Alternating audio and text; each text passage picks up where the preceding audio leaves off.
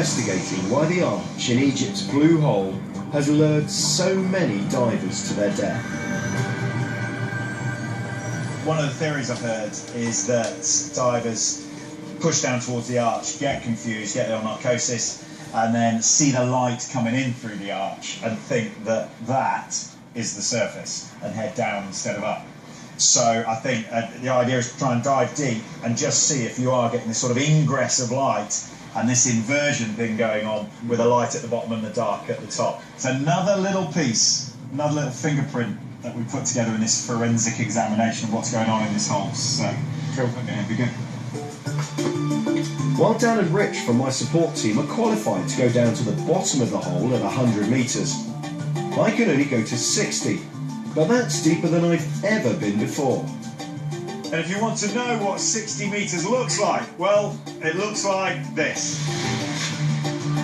To go that deep, I've had to have special training that's taken my diving career to a whole new level. There are two types of kit available to divers, and if I'm to dive the arch safely, I need to choose the right one. The first one is open circuit scuba, self-contained underwater breathing apparatus. Most of the divers who die in the Blue Hole are using a single scuba tank. With this system, as you breathe out, your exhaled air bubbles into the water and is lost. So your time underwater is limited by the capacity of the tank on your back. So what's the solution? The solution is to try and recycle that air. So the exhaled air you're breathing, all those bubbles that disappear, you breathe them back into your system. So this is a rebreather. Left untreated, the carbon dioxide in your exhaled air would kill you. So the rebreather is fitted with a filter which removes it, so you can go deeper for longer. But even with a rebreather, things can go wrong.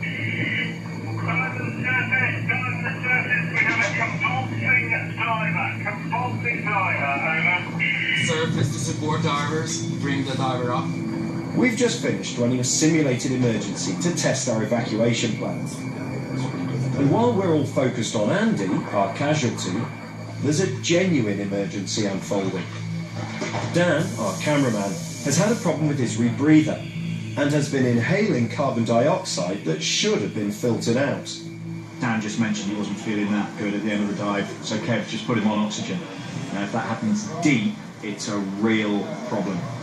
It's one of the things that really does scare rebreather divers is carbon dioxide. It's down at 30 metres, but of course the boys will be going down to 100. And down there, a CO2 hit is a whole new, different problem. Very, very serious indeed. Give it another 5 and then just see what you feel like when you've been off for a minute.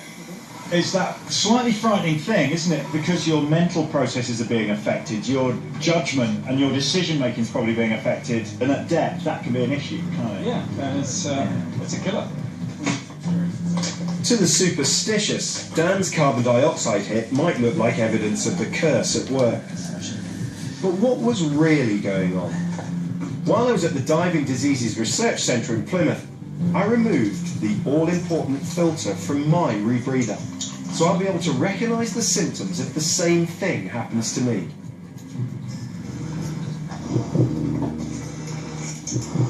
As the carbon dioxide builds up in my body, the effects are clear within a couple of minutes.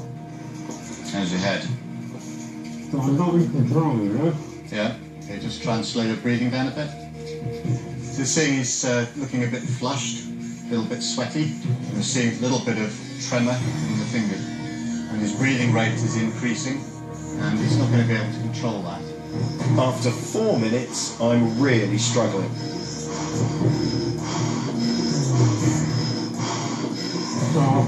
Come out of that.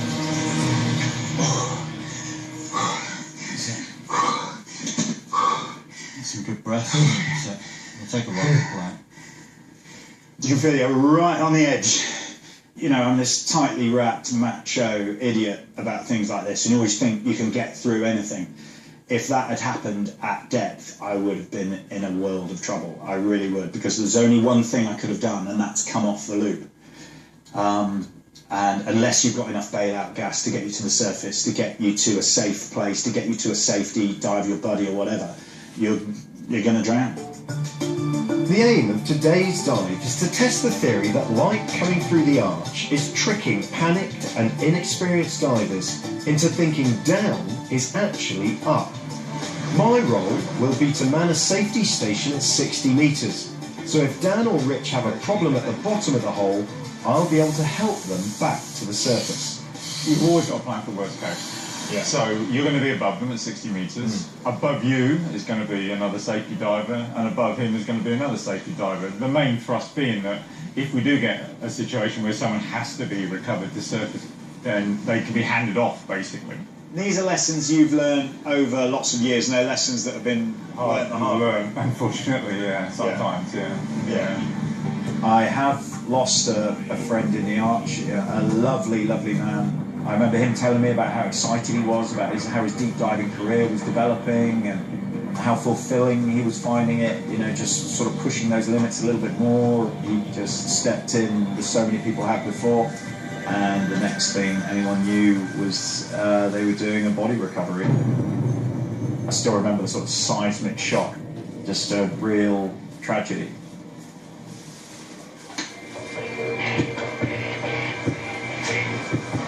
While I provide backup, Dan and Rich will descend to the very bottom of the hole over 300 feet down, looking for tricks of the light and any other clues that might explain the blue hole's deadly reputation. Yeah, Dan, do you want to give me a heads up on dive start, please? Dive start, over.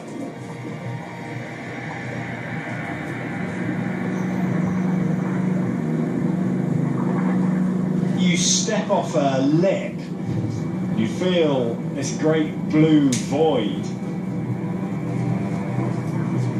There's a distinct moment when you almost leave the world of recreational fun diving, you drop into the technical zone and you're starting to push into real depth. And all the while you feel this cavernous amphitheatre opening up around you. As we get further from the surface, we start to focus on the daylight streaming through the arch. It's as if it's daring us to take a closer look.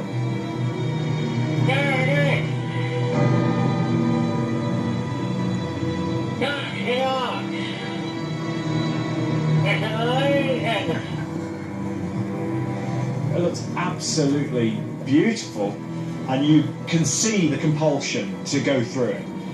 It's just the next progression, the next natural step is to take yourself through this beautiful space. From where I am, the arch is flooded with light, and it looks like a short swim through.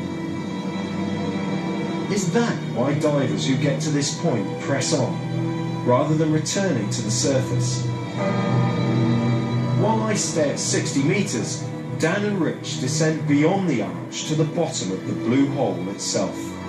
It's thrilling to watch the guys get smaller and smaller and smaller as they headed off into the blue. These two tiny ant-like figures, they look like astronauts. As they look for tricks of the light coming through the arch, they make a grim discovery.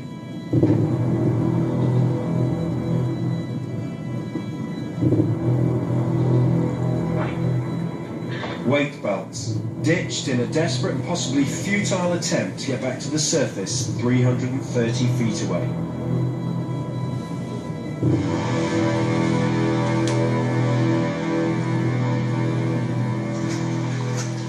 Having had a proper look at the arch, I'm a step closer to understanding what's happening in the blue hole.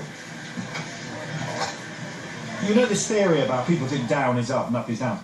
I don't think that's the case. No. Where I was hanging, you can see light through the arch. It's not that you think that's the way home. It's that old problem that once you get a bit narked and a bit panicked, you fixate. Yeah. And I was going there, and I'm going to go there, and that's the way, Yeah. and that's the quickest way for me out. And it's Yeah. not. People tend not to be able to kind of look up. So all this, they want to see the light above them, they just, like say, fixated that light in front of them, or just start swimming for it. And that's the worst thing they can do. With no reference points for scale, most people, myself included, are tricked by the arch into thinking it's a relatively short swim. I have a distinct perception of the arch, and that is couple of fin flips you do, 5-10 metres max. That's the common misconception. So I've set up a little example for you here. Rich is actually 10 metres away. But the actual arch is 30 metres, which is where Andy is. Wow. So that's why people get it wrong. That is a long swim when you're panicking, you're not feeling that great, or even halfway there. It's a long way, isn't it? And it's dark, and it's deep down there, and you've got one cylinder. Yeah. And at 50 metres, where the pressure is 6 times what it is at sea level, you're using 6 times as much air. Paranoia sets in. Suddenly, so that overhead environment now feels like it's trapping you, which actually it is. There's a solid piece of rock above your head. So it's not a panic. They'll check their context gauge, how much air they've got left. They'll find, best case scenario, they've got half a cylinder left. Which at that depth, they've got 2 minutes. Yeah. And those last 2 minutes of air they've got left is just ebbing away. And the chance of them making it out of the arch, let alone back to the surface, become nil. So beyond a certain point, if things go wrong, there is no way back. Yet people still attempt it. And to understand that, I need to swim the arch for myself.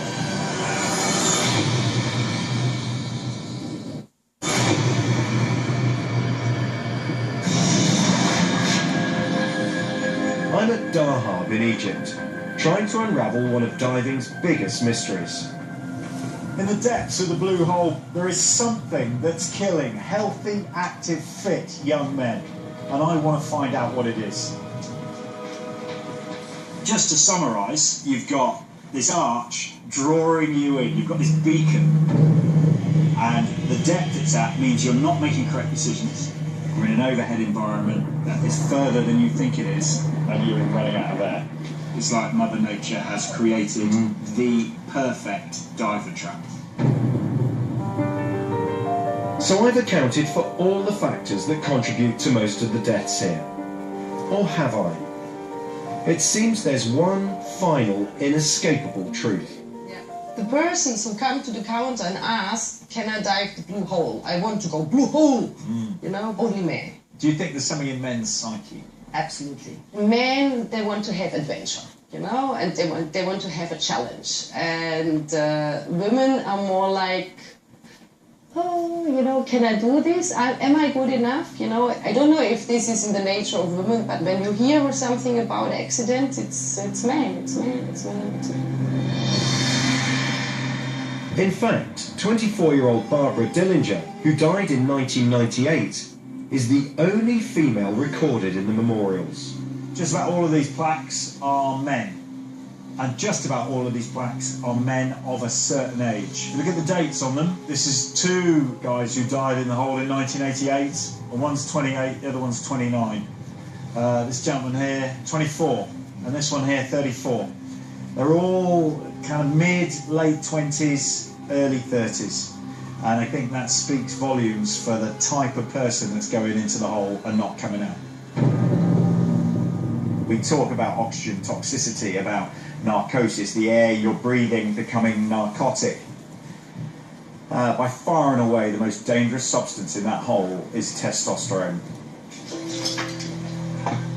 It turns out that even my own safety diver has succumbed to the lure of Mother Nature's diver trap.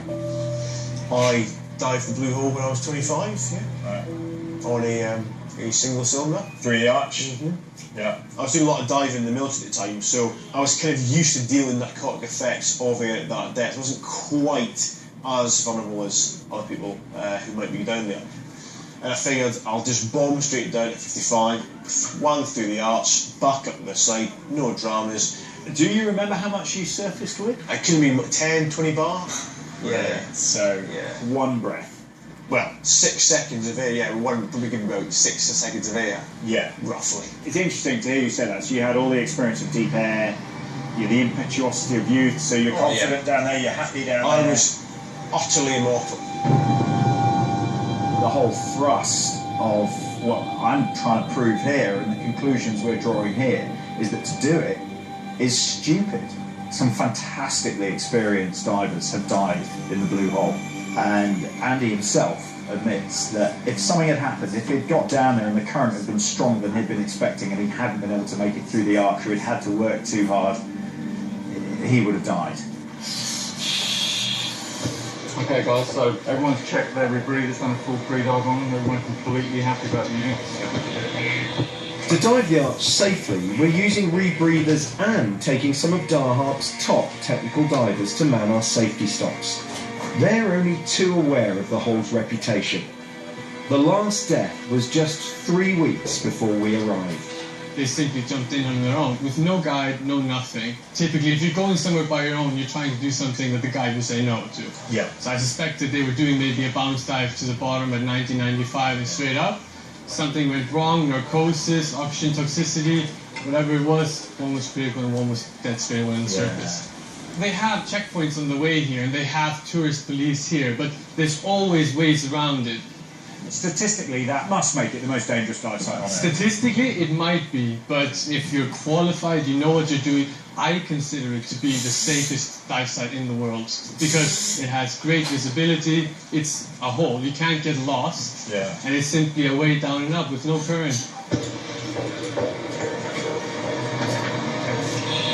So this is it at long last, a chance to actually go through the arch. You know, this is the compulsion that brings people here. So off we go.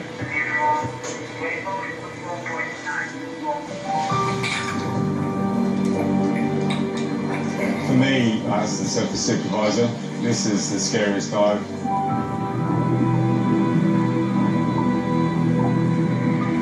It's as deep as Monty's been. There is no direct descent to surface. So out of all the dives we've done, this for me is the one that I'm most concerned about.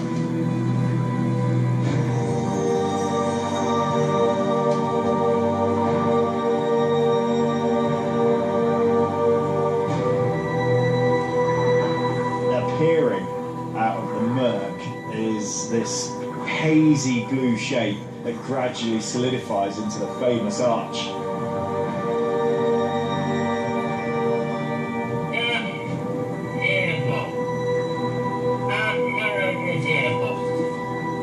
You line yourself up and think, right, this is it, this is the moment that I'm going through. You quite quickly get into an overhead environment. It's an intimidating feeling. It's a wonderful feeling, but you certainly know exactly where you are. The soul was headed down through the arch with one cylinder. Forget it. Hell would be swimming through and realising that you're running out of air. You were stretched. You put about 2 feet. Don't go that way, don't go that way, can't go up. The only way you're going is down. And that's what is killing people.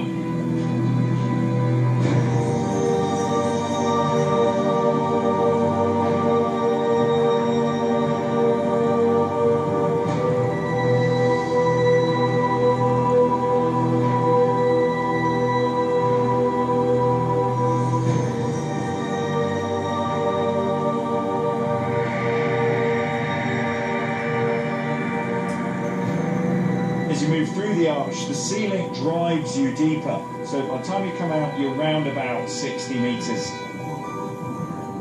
I was in second here on no kick, and I still got to go all the way back up.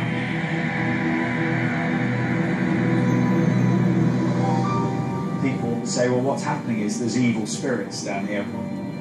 And strangely enough, the thing with the blue hole is that there is something down there luring people down, and it's the arch. You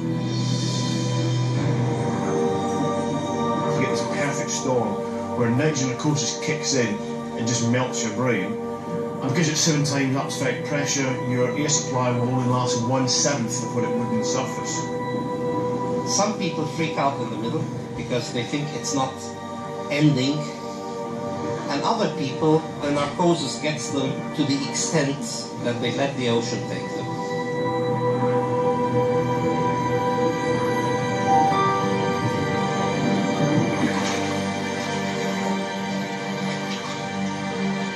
miles and all the effort and all the training, all the logistics, everything, all the personnel, it's all culminated in that one moment, really.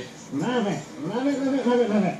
It really gets you down there, and there's kind of two sides to that. There's that it's very beautiful, it's a stunning place to be, beautiful blue void just disappearing off into the gloom, and the flip side of that is that it's incredibly intimidating. I started my investigation with Tariq Omar's tale of the girl who committed suicide in the hole to escape an arranged marriage. So does he believe this is a cursed cabin? I believe there is a curse in diver's hat, not in the hole. The diver, they curse the blue hole, not the blue hole actually curse the diver. This is what I believe. That gorgeous blue light you see in this amazing amphitheatre that's saying come down and swim through, that's the honey trap, and that's the spirit of that girl. You know, that's what the arch is. It's this beautiful thing saying, come down to me. Come and spend a while in a place where you won't be able to think straight and where the air you're breathing will become toxic and will kill you. Come and dwell with me a while and stay down here forever.